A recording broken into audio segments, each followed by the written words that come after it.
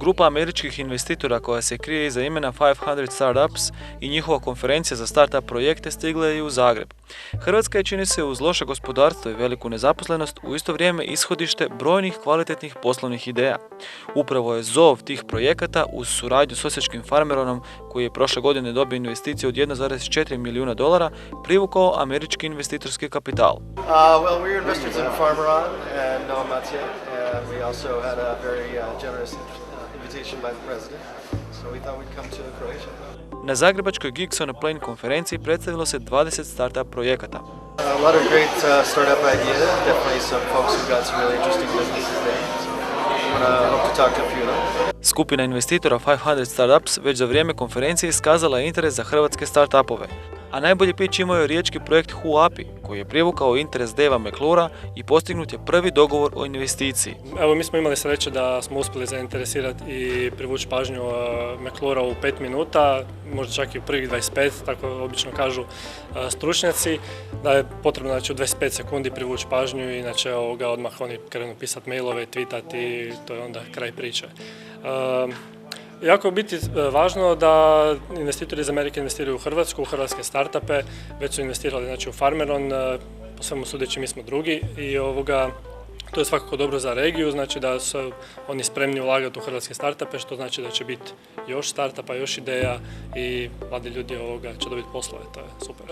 Ono što se u biti ne govori, to na što ste pripazili, je daljnji investitore koje oni mogu privući za nekakve veće evaluacije gdje budu investicije, primjerice Farmeron dobije 1,3-4 milijuna dolara.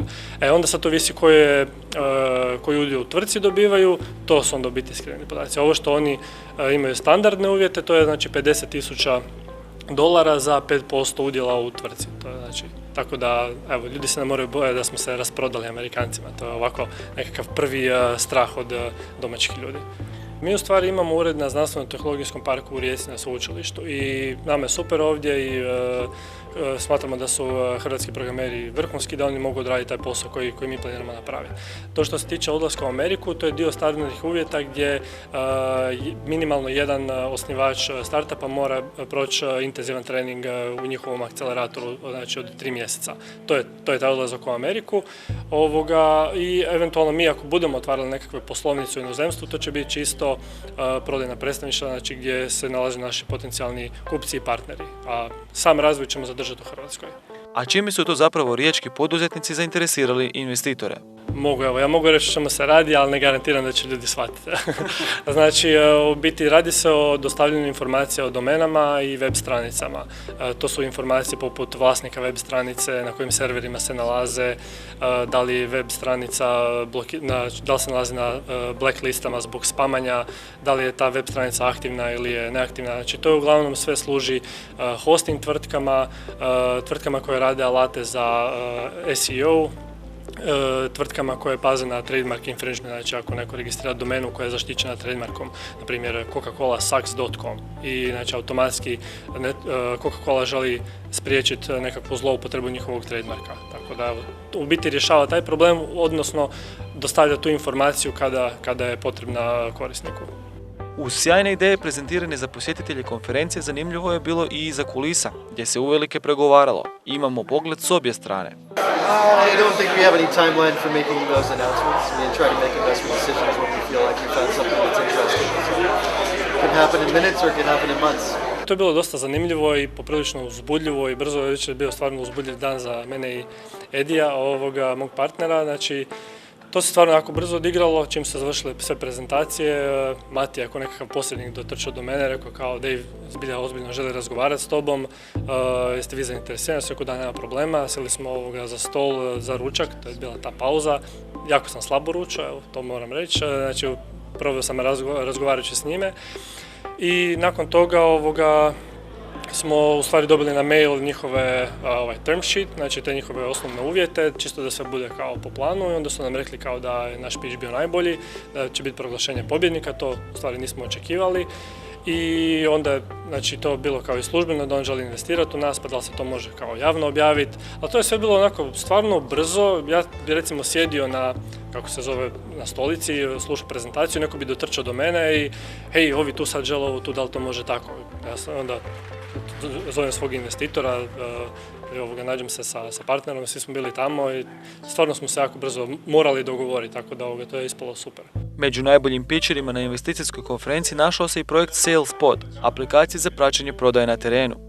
Projekt se zove SalesPod i u biti se radi o usluzi za, da tako kažem, trgovačke putnike, unapređivače prodaje, to jest profesionalce koji svoj najprije trgovački posao rade na terenu. Naš projekt je u fazi, znači u ovom europskom razvoju da pokriva troškove, znači mi živimo od tog projekta i neka nova investicija, znači na način da pokrijemo sam razvoj više nije potrebna. Ali ono što tražimo znači nekakvu potporu za ekspanziju prema vani, primarno znači prema Americi. To je prilika da se predstavimo većim brojem investitora, znači koje bismo inače vjerojatno morali hvatati, da tako kažem, na raznim mjestima, onda ih ovako vidimo na jednom mjestu, znači čak i neke do kojih je jako teško doći u Americi ako otputujemo, znači ovdje je jedinstvena prilika da ih se vidi na jednom mjestu. Stari vidjev laureat, hrvatski inovator Mate Rimac sa svojim sportskim električnim automobilom zaokružuje tercet projekata koji su Geeks on a Plane odabrali kao najuspješnije. Ja ovo želim raditi cijeli svoj život, ovo je moj san i želim da Hrvatska ima jedan proizvod na koji se može ponositi, znači djelomice to radim iz patriotskih razloga, stoga do sad nisam dao još dio svoje firme nikom od tih investitora koji su željeli uložiti, jednostavno jer mi nije leglo svi uvjeti, jel?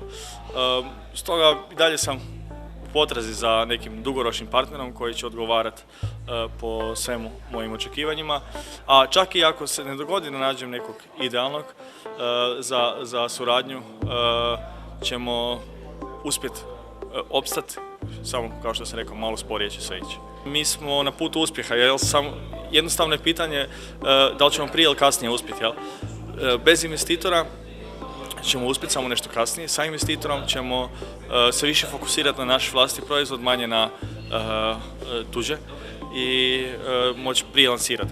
Ali bitno je napomenuti da mi imamo jako puno interesa od investitora, ja sam već imao i potpisane predugovore s nekoliko njih, ali zbog toga što u biti firma sama sebe već može održavati, što ja uspijevam pokriti sve troškove sa prihodima koje već ostvarujemo sa tim engineering services, prodavanjem komponenti drugim firmama i tako dalje, ja sam u mogućnosti u biti čekati dok mi ne dođe idealna prilika. Znači, kao što sam rekao, ima više opcija koje možemo trenutno uzeti za investiranje, ali svaka od tih ima neku manu. Recimo, jedan investitor želi da se preselimo negdje na Bliski istok, cijelu firmu, ne?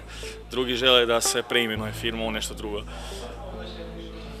Jako mi je drago da u Hrvatskoj se toliko toga stvara, stvarno sam vidio odličnih projekata, a s druge strane mi je žao što nema proizvodnih, hardverskih nekih projekata. Znači, nema nekih projekata koji mogu stvarno donijeti neki veći rast općem društvu. Znači, ovi softverske tvrtke su odlična stvar i sigurno mogu promijeniti puno toga, ali pravi proizvodni projekti bi mogli donijeti korist puno širim društvu. Jel?